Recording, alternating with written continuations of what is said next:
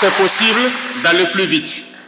La preuve, on continue d'avancer sur le terrain, on va continuer d'avancer jusqu'à recouvrir l'entièreté de notre territoire. Et je souhaite donc que la santé soit au rendez-vous pour tout un chacun de vous dans vos entreprises, que Dieu protège notre chère patrie, que Dieu protège et accompagne nos forces de défense et de sécurité qui se battent sur le front et qu'ils reviennent nous raconter les batailles et les victoires qu'ils ont engrangées. Restez concentrés, la patrie ou la mort.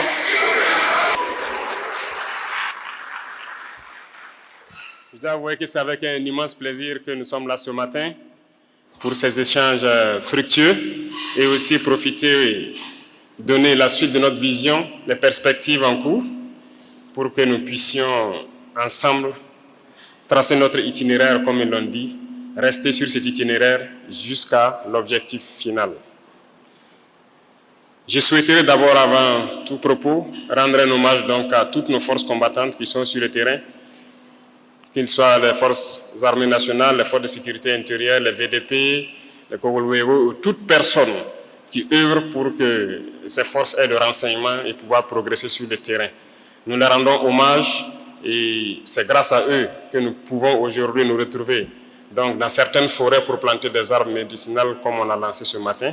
Et c'est grâce à eux que nous pouvons nous retrouver aussi ici pour pouvoir communier, échanger sur la question donc, du développement de notre patrie.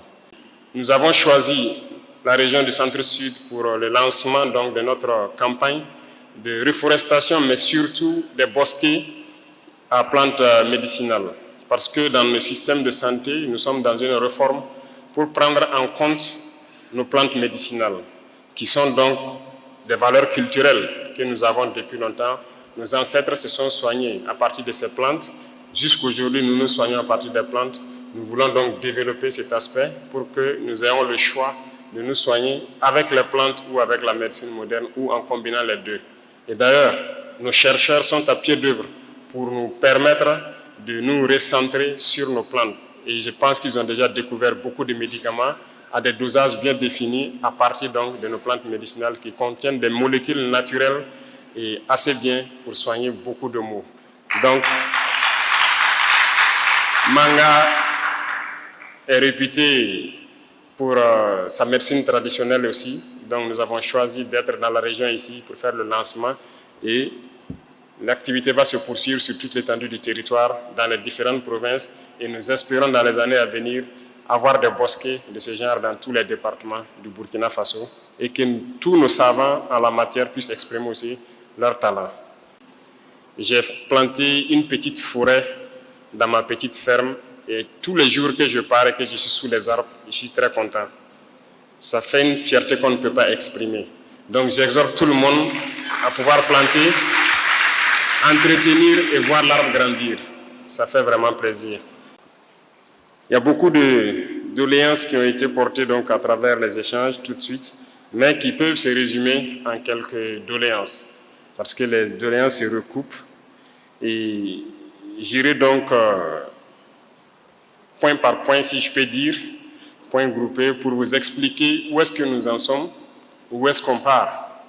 Parce que c'est très important à chaque moment de pouvoir échanger et de vous dire à quelle étape nous sommes et là où on part. C'est ça aussi la révolution. La révolution, c'est communiquer et faire comprendre au peuple, aux masses populaires, qu'est-ce que nous sommes en train de faire et vers où nous allons poursuivre. Et tant qu'on ne communique pas, on ne peut pas se comprendre. Donc il y a nécessité à tout moment, lorsque l'occasion se présente, de pouvoir communiquer. Vous voyez que les ennemis de la nation, ils ne manquent pas en tout cas d'encre ou de salive pour parler, voilà, je dirais contre le Burkina ou contre l'AES.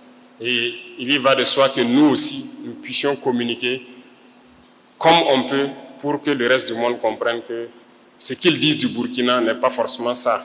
Et je tiens ici à saluer la présence donc, de M. Onana parmi nous, un international footballeur camerounais, qui est venu soutenir son frère Bertrand pour les activités de sa fondation et qui nous a accompagnés ce matin donc, au niveau de la forêt là-bas pour la plantation et qui sont actuellement dans la salle ici. Et je pense que c'est une preuve.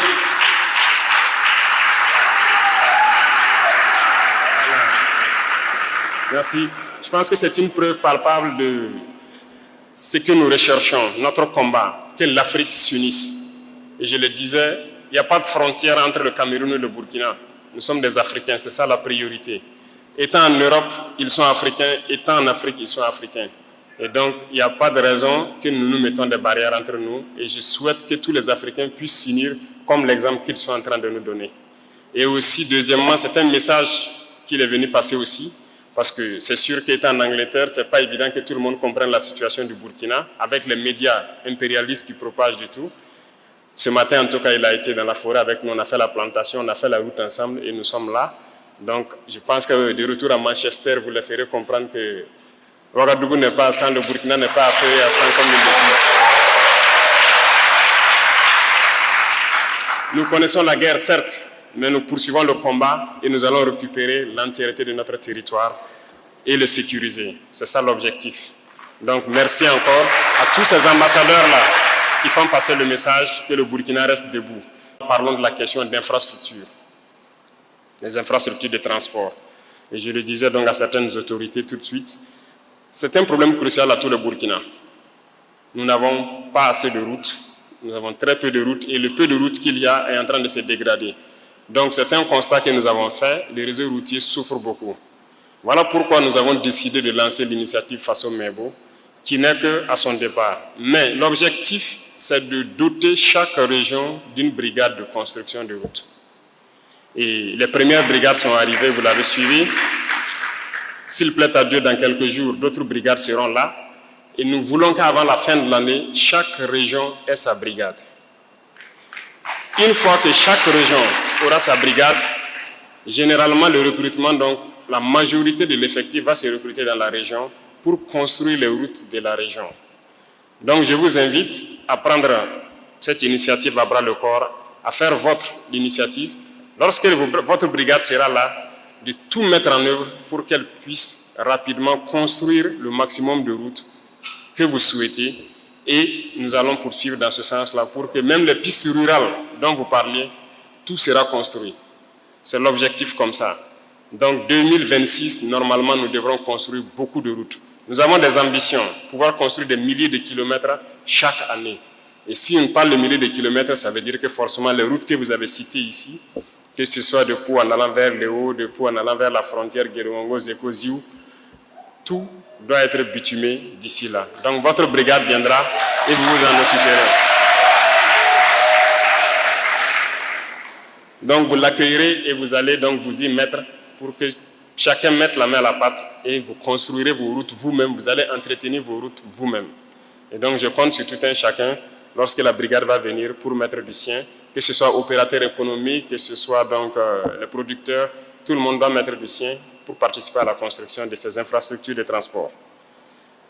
Concernant donc le volet santé, je pense que le CHR de Manga est pratiquement terminé et je pense qu'il y a beaucoup de choses qui peuvent manquer, mais le ministère est à pied d'œuvre pour équiper tous les CHR.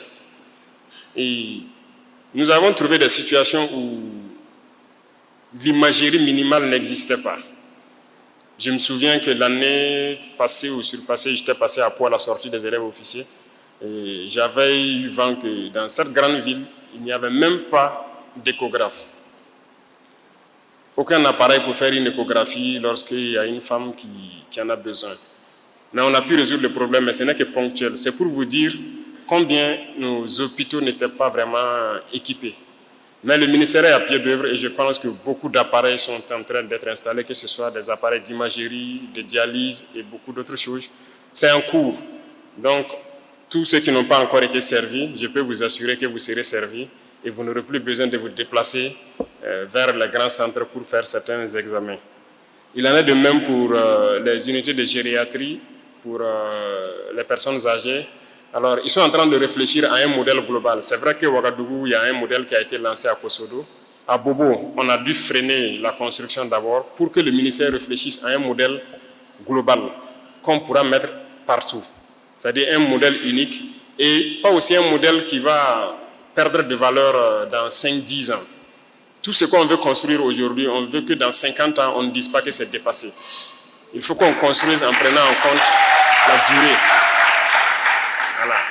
C'est dans le même ordre d'idée, même l'autoroute Bobo-Ouaga, ce qui était prévu, c'est juste deux fois 2 voies. Mais j'ai dit 2 fois 2 voies, dans 10 ans, c'est dépassé.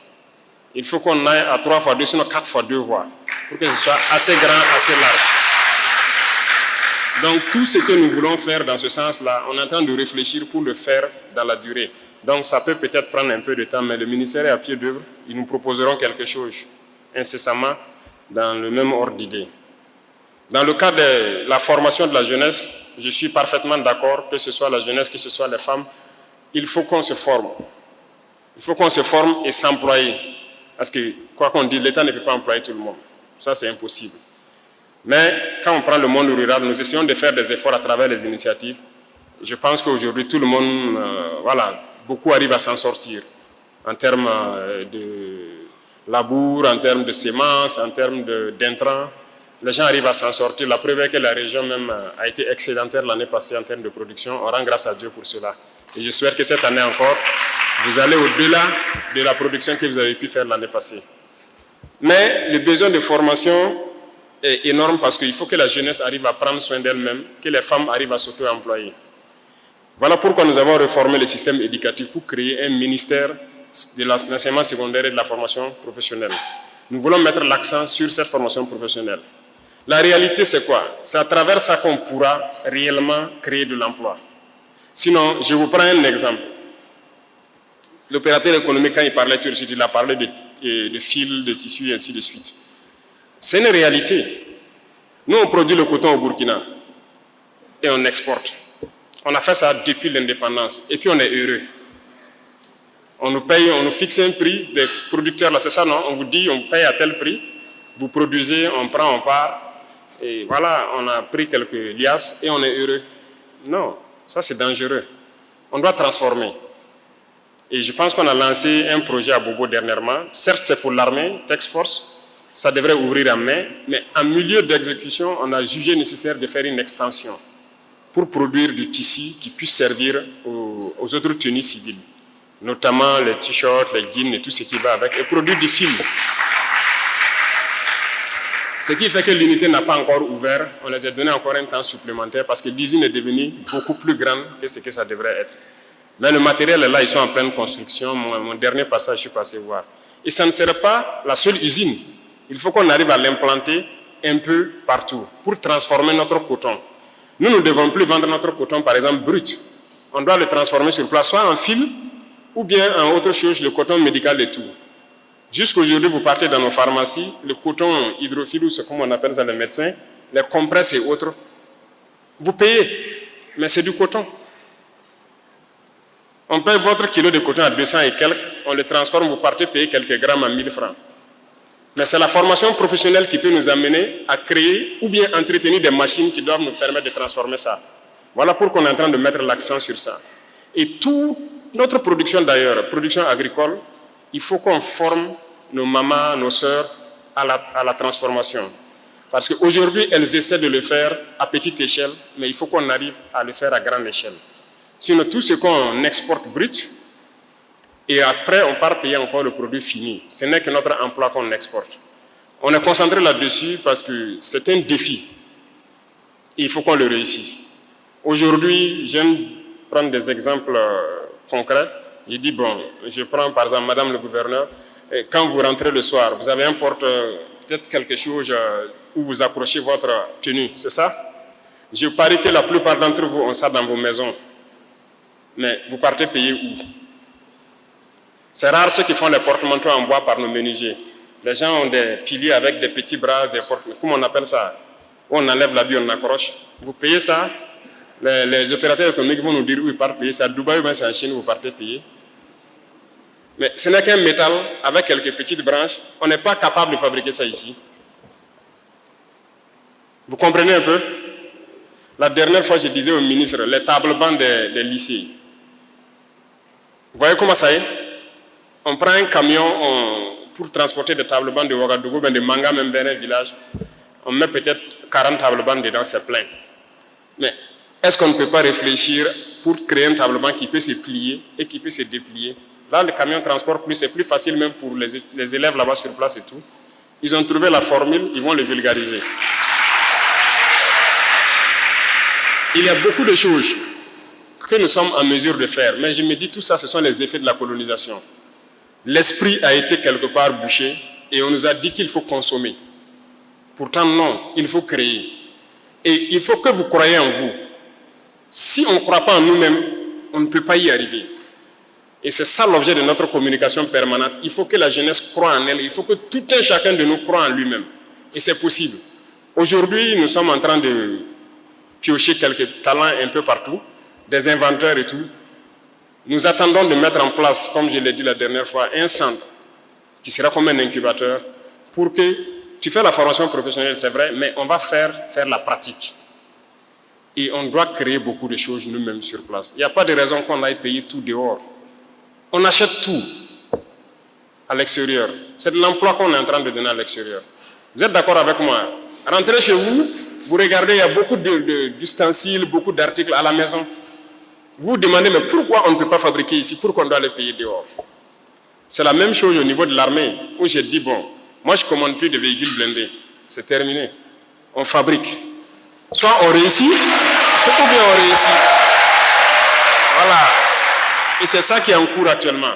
C'est terminé. Ce qu'on a commandé, qui est venu, c'est ça. Ce qui est en route, c'est ça. Mais c'est terminé, on ne commande plus. On va fabriquer sur place. Il ne faut pas avoir peur d'échouer. On peut faire, ça ne va pas marcher, on va modifier, on va faire, mais on va réussir. C'est ça aussi. Donc, il faut qu'on ait confiance en nous. Toutes les unités industrielles qu'on paye dehors, là, vous êtes en mesure de le faire. Vous partez souvent payer des unités industrielles, vous vous rendez compte que c'est juste un tapis avec un moteur électrique qui fait rouler quelque chose, monter des petites cubes. On peut le faire, on a des soudeurs capables de le faire. Mais on n'a pas souvent confiance en nous, ou bien nous sommes des consommateurs. On ne peut pas payer tout à l'extérieur. Non.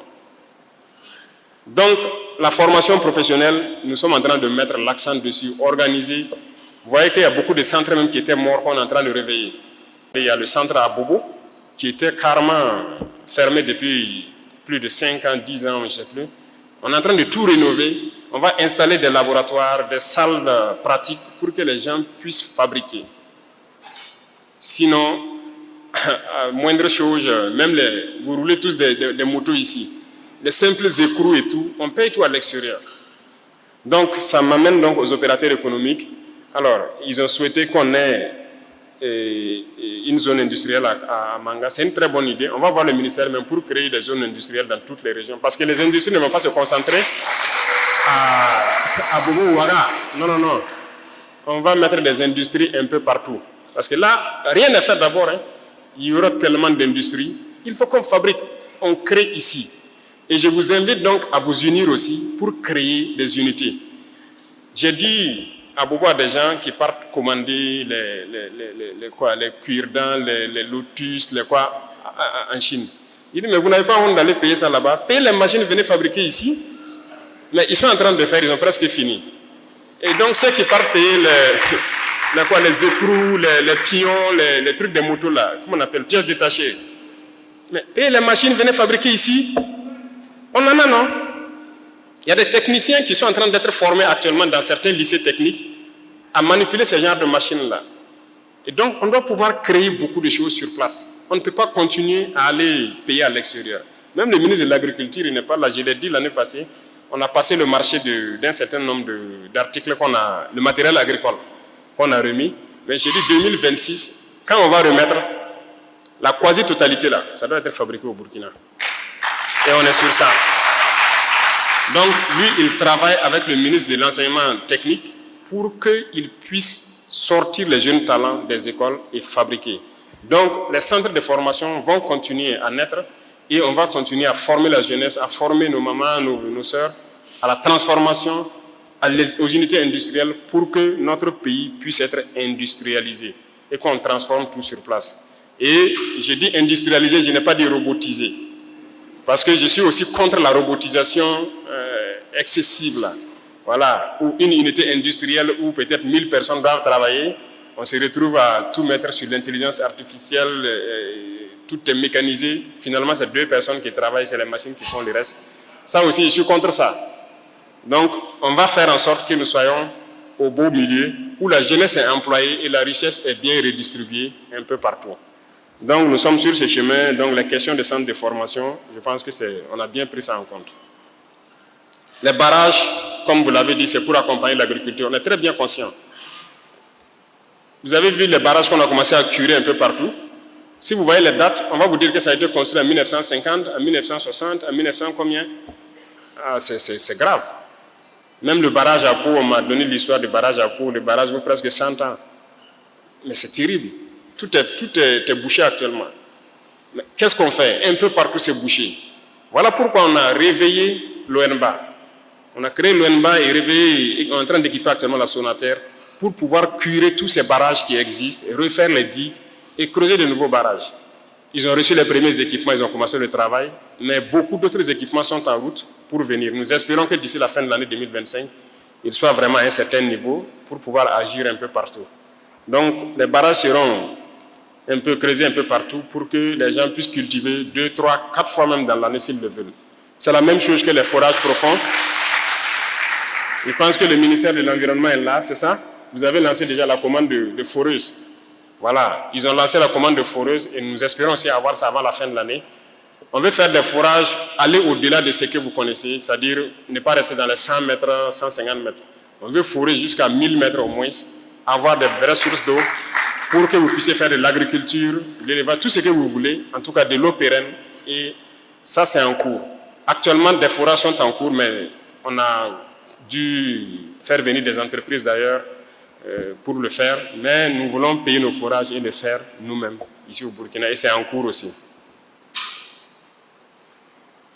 Pour la question donc, des personnes âgées en ce qui concerne certaines doléances, je vais transmettre au ministère donc, de l'Action humanitaire, ils verront tout ce qu'ils pourront faire. C'est la même chose pour le cas des personnes handicapées. Alors cette fameuse loi, je vais voir. C'est vrai, même les textes d'application, si on prend, il faut aussi qu'on voit comment mettre en pratique, parce que ce n'est pas juste le texte, c'est la pratique même. Si la question revient de plus en plus, et vous avez soulevé que Manga est l'une des zones les plus... au dernier recensement de 2019, où il y a le plus de personnes vivant avec un handicap, on verra. Au retour, je vais essayer de voir les textes et donner des instructions donc, au ministère concerné là, pour qu'il voit la question des droits des personnes vivant avec un handicap. Pour le moment, donc, il n'y a pas de problème. Je pense que la valorisation et l'encouragement à la consommation de nos produits locaux, c'est ce qui est là. Et parlant dans le sens de l'industrialisation, nous avons déjà pris un décret qui oblige, quand il y a une unité qui fabrique quelque chose, c'est obligé, ceux qui importent là, ils payent d'abord là-bas, c'est quand c'est fini qu'ils vont importer. Donc, nous allons consommer ce que nous produisons. Donc, il n'y a même pas à s'en faire pour ça, il faut se lancer. Et quiconque va aller frauder, je pense que les douaniers sont en train d'être équipés aussi pour lutter contre la fraude qui va rentrer. On va consommer d'abord ce que nous produisons ici. Donc, n'hésitez pas à vous engager. Et je pense que la question de crédit, c'est général à tout le monde, que ce soit les opérateurs, que ce soit trucs. Il faut qu'on réforme le système bancaire même. Mais réformer le système bancaire, ça stipule un gros travail qui est en cours. Il faut le dire clairement, il faut la monnaie. Sinon, notre système bancaire est arrimé à un système... Les banques au Burkina ne décident pas du taux en tant que tel. Parce qu'eux aussi, ils prennent les prêts à un taux donné. Donc, ils sont obligés d'ajouter un peu ici. Et le prêt, c'est à la BCAO. BCAO, ce n'est pas pour nous. Vous êtes d'accord avec moi, non? Donc, cette question est en cours et nous espérons que ça va se résoudre et nous pourrons être maîtres de notre économie. Voilà que ça freine tout. À cause des taux de prêt en banque, quelqu'un a une idée pour créer une entreprise, mais quand il part y voir le prêt même, c'est difficile. Question de garantie, c'est difficile. Mais parce qu'on ne maîtrise pas notre système monétaire, notre système bancaire. Donc ça, on ne peut pas se développer comme ça, ce n'est pas possible. Ça freine tout. Donc quand on sera maître de notre monnaie, on va fixer un taux, il y aura une commission bancaire qui va gérer les taux de crédit et tout. Il y a des pays où le crédit c'est 1%, 2%. Hein. Ils arrivent à partir la plupart du temps. C'est comme ça, non? Mais pourquoi ici c'est comme ça? Il faut vous poser la question. Donc, on est bien conscient, le travail avance et suivez seulement. Vous verrez s'il plaît à Dieu.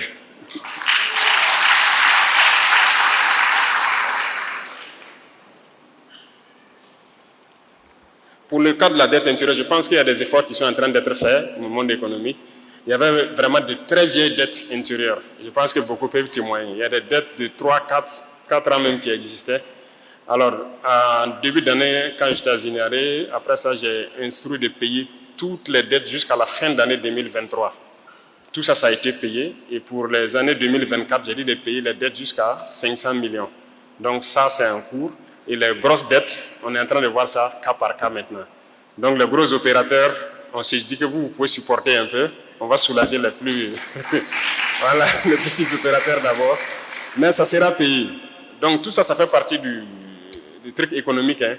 Il faut qu'on jauge beaucoup de choses pour ne pas se retrouver dans une situation aussi compliquée. Donc j'ai déjà parlé de la zone industrielle. On va voir pour essayer de voir dans chaque région, créer une zone industrielle. Et ce que je vous demande, c'est vraiment de vous unir. Il y a des possibilités que plusieurs opérateurs s'unissent, créent une entreprise, chacun avec ses parts, et ça permet aux jeunes de s'employer. Je vous encourage à vous unir et à créer des unités industrielles. L'État va vous accompagner autant qu'on peut. Et les zones industrielles, je prends l'engagement, on va créer ça dans chaque région, parce que chaque région a sa spécificité qu'on peut exploiter. Et on n'a pas besoin de venir forcément à Ouagadougou ou à Bobo pour créer. Donc j'ai pris ça, j'ai pris note, et ça va avec la question d'énergie. Donc souvent aussi, c'est parce que c'est à Bobo et à Ouaga qu'il y a l'énergie, dans les régions il n'y a pas d'énergie. On est là-dessus. On est dans un projet de créer beaucoup de centrales pour même rendre certaines villes autonomes.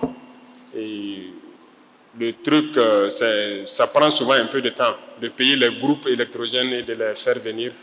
Le projet d'électricité, ça peut souvent atteindre 2 ans, sinon même plus. Mais on est là-dessus. Et une fois que l'électricité est résolue, vous pouvez installer tout type de machines ici et ça va marcher. Donc, on va marcher ensemble pour développer et permettre aux jeunes de pouvoir travailler dans vos unités industrielles également.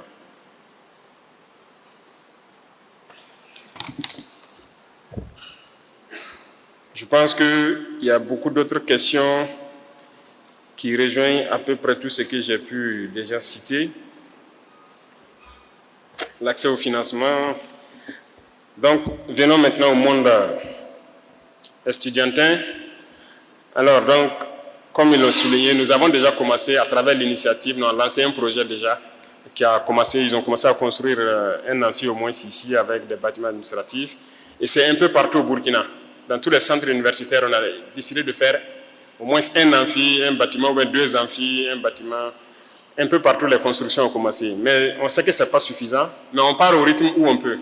Donc, soyez indulgents et patients.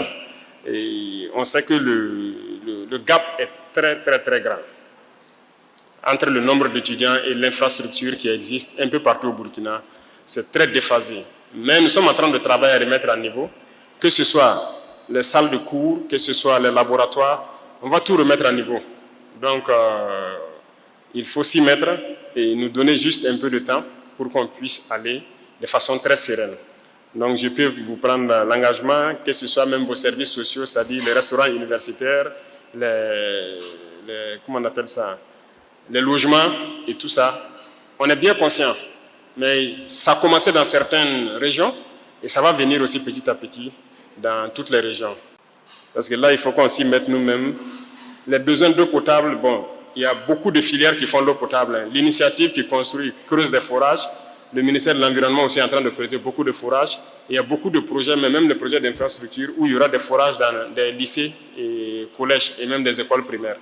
Donc, on veut résoudre aussi la question d'eau potable dans toutes nos écoles parce qu'on a instruit de mettre en place, d'initier les enfants à l'agriculture. Et qui dit initier à l'agriculture, il faut forcément de l'eau potable. Donc, on a déjà réalisé dans beaucoup d'écoles qui ont déjà commencé à produire. Souvent, le ministre m'envoie des images de certaines écoles où vraiment les enfants apprennent à produire et c'est très bien. Donc, avec ça, l'eau potable, on est en train de creuser un peu partout dans toutes les écoles.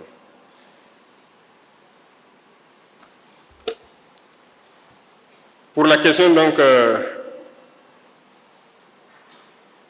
bon, j'ai parlé des équipements médicaux, je pense. Tout ça, c'est un vaste programme avec l'initiative qui est en train de transformer les centres de santé. Vous voyez, les CSPS dans les différents départements, généralement, bon, l'infirmier est là, consulte, c'est les maladies courantes, et peut-être nettoyer quelques plaies. Dès qu'il y a une complication, il faut qu'il transfère vers un centre. Souvent, il n'y a pas d'ambulance, il n'y a pas autre chose. Donc l'initiative a été créée pour mettre à niveau les centres de santé au niveau des départements.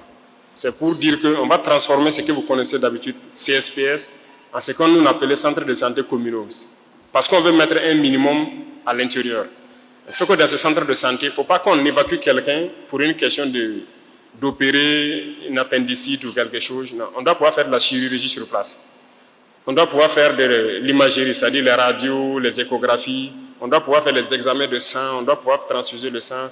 Donc il y a un certain nombre de critères qu'on a mis en place pour qu'au niveau du département, là, on puisse faire ça. Et qu'on n'ait plus besoin de transporter quelqu'un vers un autre centre de santé pour aller faire une radio ou une autre imagerie. Donc, à terme, dans chaque département, on aura ce centre de santé-là. Et cette année, 25 ont été lancés, les constructions ont commencé. Et 2026, on va encore lancer un certain nombre. Donc, c'est progressif.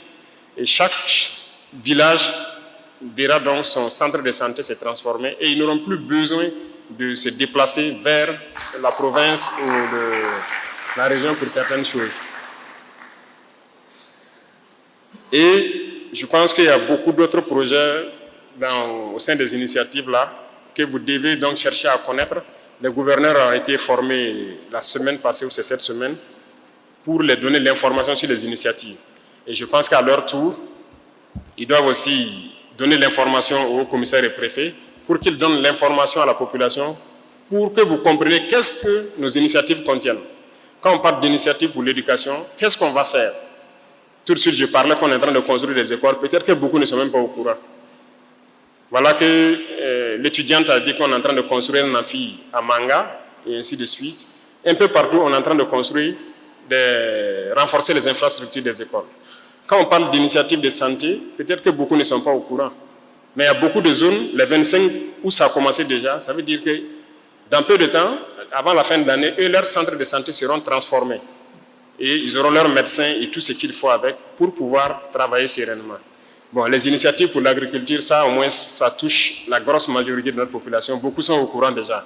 Mais il faut que vous sachiez que ce n'est pas uniquement l'agriculture, il y a l'élevage et il y a la pisciculture, par exemple, qu'on est en train de développer sur certains barrages qui existent. Il faut donc s'approprier toutes ces initiatives-là. Il y a Faso Mebo, comme je l'ai dit, qui est lancé, qui concerne la construction des routes, mais aussi l'embellissement de nos villes. Certes, vous voyez à la télé aujourd'hui où on fait les pavés et tout, mais l'objectif principal, c'est de désenclaver, construire les routes. Et chaque région aura donc sa brigade. Donc, je vous exhorte à pouvoir faire la communication pour que la population comprenne que contient chacune de nos initiatives, quel est l'objectif et qu'est-ce qu'on doit réaliser à terme pour chacun. Et là, ça permettra aux gens donc de pouvoir s'inviter, participer activement et entretenir tout ce qui sera fait dans le cadre donc des différentes initiatives. Et tout cela, ça se fait dans un esprit donc de discipline forcément, d'unité et de révolution. Voilà. La discipline, c'est très important parce que la manipulation est de taille et il faut que lorsque quelqu'un apprend une nouvelle ou une information qu'il n'est pas bien imprégné, qu'il sache raison garder, ne pas divulguer de fausses informations pour décourager ou intoxiquer la population. Parce que ça, vous faites le jeu de l'ennemi. Et donc la discipline sur les réseaux sociaux, la discipline dans la vie courante, le respect des règles, voilà, en général. De toute façon, la semaine prochaine, un texte va sortir. Il y a une brigade qui sera créée pour la question de discipline. Voilà. Actuellement, on le fait, mais c'est carrément un truc structuré qui le fait. Notamment, les gens voient seulement, c'est au feu tricolore qu'on arrête les gens et qu'on les fait travailler. Ce n'est pas uniquement le feu tricolore, c'est la discipline en général qu'on va essayer d'encadrer à travers donc, cette brigade-là. Et c'est très important qu'on soit discipliné. OK? Et l'unité, il faut qu'on soit unis. Ça, c'est très important. Je disais tantôt, j'ai dit les politiciens, malheureusement, nous ont beaucoup divisés. Ça, c'est une réalité. Et il faut qu'on essaie d'oublier cette page de notre histoire-là et changer de logiciel. C'est très important. On est beaucoup divisés à cause de certaines perceptions, de choses qui n'ont pas forcément de l'importance. Quand je prends par exemple, on a été dans des endroits, certains m'ont dit, bon, il y a des départements, ils disent non, ils veulent devenir une province. Les provinces veulent devenir une région. Est-ce que vous savez au fond le pourquoi? Si on vous demande pourquoi vous voulez devenir une province, un département, pourquoi vous voulez devenir une province, tout ça, ce sont les politiciens qui ont amené cette question-là ici. On doit traiter tout le monde au même pied d'égalité. Ce n'est pas parce que vous êtes dans le gouvernement que vous devez avoir des avantages particuliers dans votre zone et ça amène les gens à croire que c'est parce que vous êtes une province ou une région qu'il y a des avantages. Non. Tout le monde doit être traité au même pied d'égalité. Et donc, il faut qu'on oublie ces choses-là. Sinon, si vous êtes un département, vous dites que vous voulez devenir une province, ok. On va vous créer un haut commissariat, vous envoyez un haut commissaire, et puis quoi? Je ne sais pas, il y aura quoi qui va suivre? C'est ça une promesse, non? Ça ne donne pas droit à autre chose. Mais c'est parce que dans le temps, les gens, ils sont fortement liés, voilà, au régime. Ils font peut-être quelques petits trucs qui arrivent dans leur zone. Et puis bon, on s'est dit, non, c'est parce qu'ils sont devenus une province qu'il y a ces avantages. Non, non, non, c'est pas vrai. Voilà pourquoi on a créé ces initiatives-là. Tout le monde sera mis au même pied d'égalité. Les infrastructures seront construites partout. Les questions de développement, ça va intéresser tout le monde. Les initiatives, là, est-ce qu'on dit que c'est telle région, telle région, telle région? Non, on les fait partout. Quand on dit de payer du matériel agricole pour labourer les champs, partout où on peut labourer un champ, on laboure. Il n'y a pas une zone où on parle labourer, on demande de l'argent, et puis une zone où on dit de labourer gratuitement. Est-ce que ça existe? Ça n'existe pas. Donc, on veut traiter tout le monde au même pied d'égalité. Nous allons redécouper, mais en tenant compte de la situation sécuritaire, mais de la défense future. Voilà, parce que le terrorisme va finir. On a appris des leçons du terrorisme. Il faut qu'on organise notre territoire pour le défendre, pour que plus jamais quelqu'un ne vienne perturber notre quiétude. Donc, quand nous allons sortir cette redéfinition donc, de l'espace-là, on veut que les gens s'approprient ça. Ce n'est pas une question politique, c'est purement sécuritaire et c'est que les gens s'approprient. Et c'est dans le but d'organiser notre défense pour que les gens ne puissent plus jamais venir perturber notre quiétude lorsqu'on va finir cette question de terrorisme-là. Donc, il faut rester unis. Il faut bannir certaines anciennes idées reçues, voilà, qui nous ont beaucoup divisés, qui ne nous avancent pas du tout. Ça ne nous avance en rien. Tout ce qu'on pourra faire pour chaque zone, on le fera. Tout de suite, cette idée de zone industrielle dans chaque région, moi je suis parfaitement d'accord. Il faut qu'il y ait une zone industrielle dans chaque région, que les enfants de la région se soient donc employés dans ces différentes industries qui seront créées là. Mais avant, c'était concentré seulement Ouaga Bobo. Mais je peux me dire que c'est la question de l'électricité. Mais il y a aussi d'autres considérations. Voilà. Donc, il faut qu'on arrive à oublier le passé politique là. Je ne sais pas comment vous expliquer ça, mais vous êtes au courant, vous connaissez de quoi je parle. Il faut surpasser ça. Il faut s'unir et pouvoir construire tous autant que vous êtes. Chacun peut apporter quelque chose. Et d'ailleurs, lorsque les 4 prochaines brigades vont venir, ça sera 6 régions, on va lancer une initiative pour que chacun contribue dans sa région pour construire les infrastructures de sa région. Donc, il faut vous préparer. Lorsque la brigade de la région sera là, ce sera vous qui allez cotiser pour construire toutes vos routes. Ce qu'il faut apporter, je veux dire, l'État va faire sa partition, mais chacun peut faire aussi ce qu'il peut faire. Actuellement, c'est ce qui se passe un peu partout à Bobo et à Ouaga. Donc, je souhaite que tous les leaders d'opinion, que ce soit les leaders coutumiers, les leaders religieux, il faut vous y mettre pour l'unité. Il faut que la jeunesse reste unie. C'est ce message-là qu'il faut prêcher. Et une fois que la jeunesse est unie, il n'y a rien à faire. Notre pays va s'en sortir et très vite. Donc, je compte sur vous. N'écoutez pas les ragots de certaines personnes qui tentent de vous désinformer, de vous séparer, de vous diviser. C'est très dangereux parce qu'il y a des individus, on ne peut plus rien pour eux. Peu importe ce que vous avez fait, c'est-à-dire congénitalement, il est aliéné, il ne peut pas changer. Voilà. L'esclavage, là, c'est dans son gène. Il est génétiquement esclave, congénitalement aliéné. On ne peut pas le changer. Ces genres d'individus aussi, il faut les laisser continuer à taper leur tam-tam et vous avancer. Sinon, si vous voulez forcément changer tout le monde, ce n'est pas possible. Voilà. Il y en a qui ne croient même pas du tout en l'avenir du Burkina. Si vous voulez dire que le Burkina peut se frayer sur son chemin sans être adossé à quelqu'un, il va dire que ce n'est pas possible. Et c'est ça. C'est dans la tête que ça se passe. Il y en a qui peuvent changer, il y en a qui ne peuvent pas changer. C'est la même chose. Quand on disait à l'armée française de partir, mais tout le monde a dit qu'on ne peut pas tenir. Un mois c'est trop, on ne peut pas tenir. Le Burkina va s'effondrer, ils vont prendre Ouagadougou, c'est si. On est là. Il y a des Burkinabés. Et donc, soyez rassurés, je viens donc terminer sur les paroles donc, de la veille citoyenne. Soyez rassurés, tant qu'on voudra de vous, on viendra vous chercher. Donc soyez prêts. Mais je peux vous rassurer que le combat se poursuit et nous le poursuivons très bien.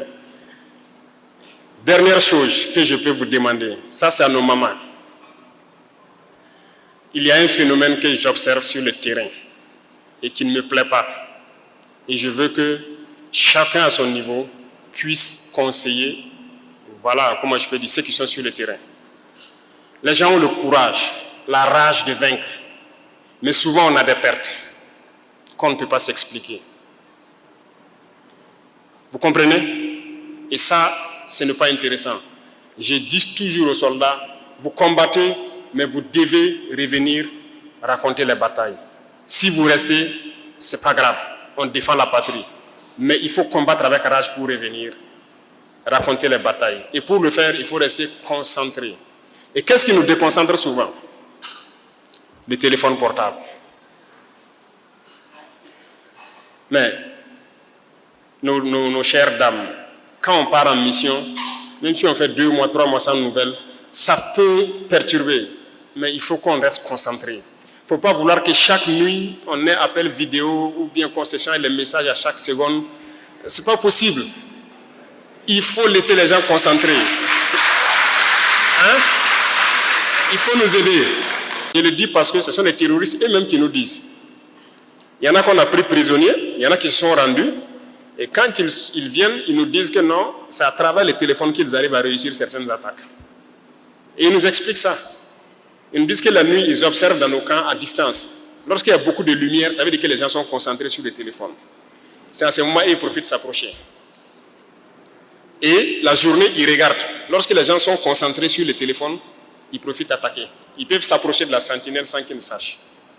C'est les terroristes eux-mêmes qui nous disent ça. Donc vous voyez comment le téléphone est dangereux. Partout où les gens n'ont pas été surpris, l'ennemi ne peut pas. Mais si vous êtes surpris, vous ne pouvez pas. Peu importe votre armement, peu importe. Si tu es surpris, tu n'as même pas pu démarrer ton véhicule, tu fais quoi? Tu es surpris, tu n'as pas pu monter sur ton arme collective, tu fais quoi? Vous pouvez faire l'expérience, vous vous asseyez avec votre téléphone, quelqu'un va venir faire tout autour de vous. Vous n'allez pas savoir. Et la jeunesse a besoin d'être conseillée. Donc ça s'adresse à tout le monde, les chefs coutumiers, les personnes âgées. Il faut conseiller les jeunes. Le pari sportif, quand je le dis pour ça, encore par rapport aux soldats, beaucoup sont concentrés sur ça, et même ils le reconnaissent. Et ça prend trop de temps. Imaginez un match, ça dure combien de temps là? C'est 90 minutes. Ils sont concentrés sur ça. Et c'est dangereux. Vous savez qu'il y a des soldats qui se suicident à cause de ça? Il a parié, il a tout perdu, et puis il prend son arme et se bute. Ah non. Chacun n'a qu'à réfléchir qu'est-ce qu'il peut faire pour sensibiliser, pour empêcher les gens de faire certaines choses. Si vous avez un ami sur le terrain qui passe le temps à vous faire appel vidéo ou quoi, il faut éviter. Dites-lui de se concentrer. C'est comme ça que vous allez sauver sa vie. Je compte sur tout un chacun pour pouvoir passer le message, sensibiliser et agir pour que le téléphone puisse nous permettre d'avancer plus vite. Voilà. Sinon, les gens ont le courage, la ténacité qu'il faut et tout. Les soldats burkinabés n'ont peur de rien.